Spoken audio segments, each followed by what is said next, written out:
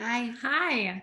What inspired you to write your book? We were inspired to write the book because we were personally impacted by Alzheimer's disease. Our grandmother had Alzheimer's, and we discovered a kid's book about Tanya did and saw that they were writing really wonderful books to teach children about issues that um, not a lot of people talk about. And since we're very passionate on spreading awareness for Alzheimer's advocacy, we thought what a great platform to teach kids and adults about our experience with the disease and to hopefully help someone. So that's why we wrote it. We feel very lucky to be able to spread the message and to be able to talk with wonderful kids like you. My dad's grandma had dementia.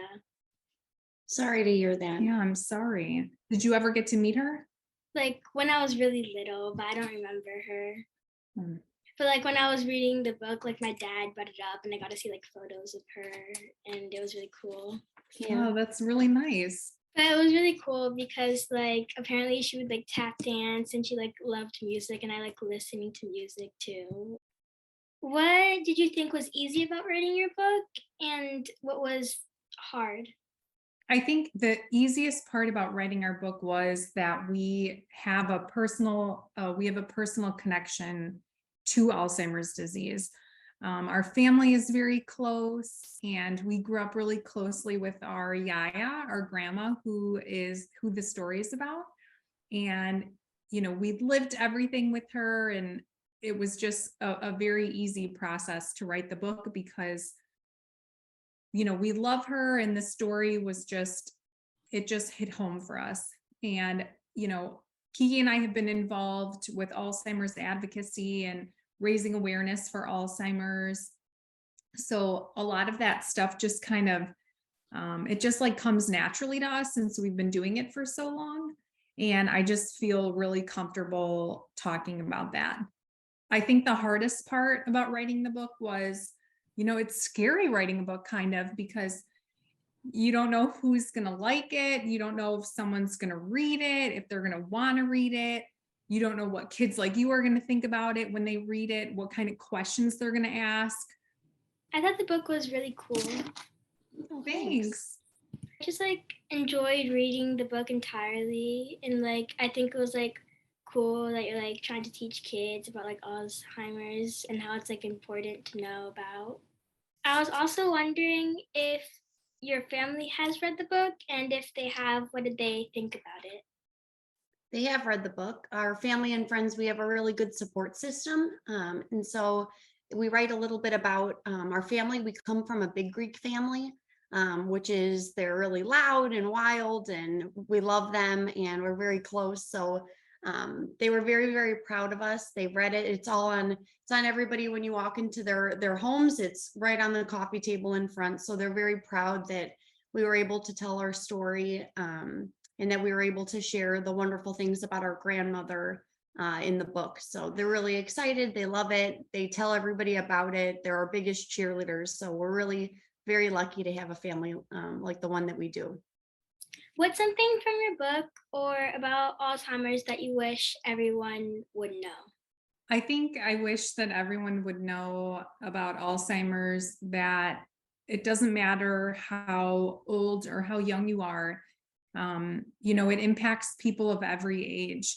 One thing that I would want people to know was that they're not alone when, if they have a family member that has the disease, or, if they know somebody who has it, just to know that they're not alone. And it impacts so many people. And one thing that Kiki and I found out, as we were kind of starting our journey through our, navigating our grandmother's sickness and kind of dealing with that was, the more you talk about it, I think the more people actually have had people in their families or they've known people firsthand who have had the disease. So I think, just so people know that they're not alone, that it impacts everyone and it doesn't matter what age. I also wanted to know if anyone has shared their own stories about Alzheimer's with you. Yes, so many people, especially, Kiki and I were part of the we were a big part of the Chicago Alzheimer's and dementia community, mostly for people our age, anywhere between, in their 20s to 40s. And all of those people that have been impacted by the disease, excuse me, have shared their story. And, we've heard about their family members specifically, or, anyone else that they know who has the disease.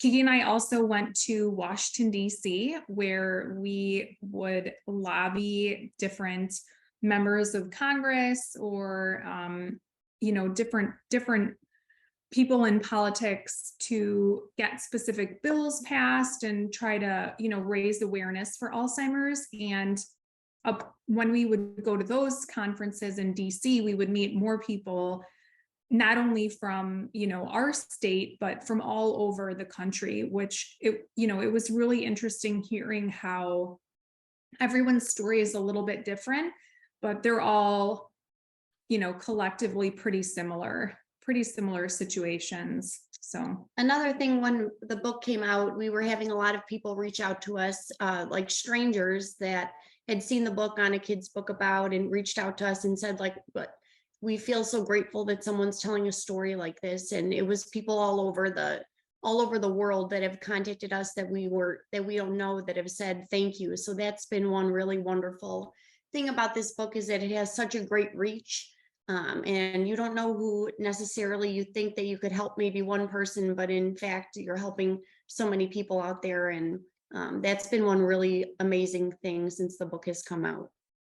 Yeah, that sounds really cool. My last question is, do you have any advice for people who have a family member with Alzheimer's? Our advice would be to ask for help. You're not alone when you're dealing with a situation like that. There are so many resources out there. You can feel at times that you are very isolated, or that maybe you're the only person that's dealing with something like this. But if you look out for resources, if you ask for help from those around you, it can be incredibly supportive. So just know that things will get better, and that there are resources out there. Things won't get better with the person who unfortunately has the disease, because Alzheimer's and dementia, there's no cure. But if you ask for support, it's very important when you're dealing with something like that. So we want everybody to know that there are resources out there. It's completely fine to not be okay, and to not feel like you're managing it well, because each day could be so different, and there's no textbook. You can't go learn about how to best navigate the situation, because one day could be like this and the other day could be like that. But as we've said in the book, just know that you're doing your best, and your best is the best that you can do. And just to ensure that the person that you're taking care of is loved, and that they're safe and comfortable. That would be just some advice we would give, and hope that folks feel that after they read the book, that your best is the best thing that you can do for the person. Those are all my questions, and I think it was really cool that you guys wrote the book, and it probably helped a lot of people feel more comfortable talking about Alzheimer's. And I enjoyed talking about it with you guys today. Thanks, Alexa. We'd love to meet you. it was so good meeting you, Alexa, and thanks for talking to us about the book. And we're glad that you read it, and we're glad that you liked it too.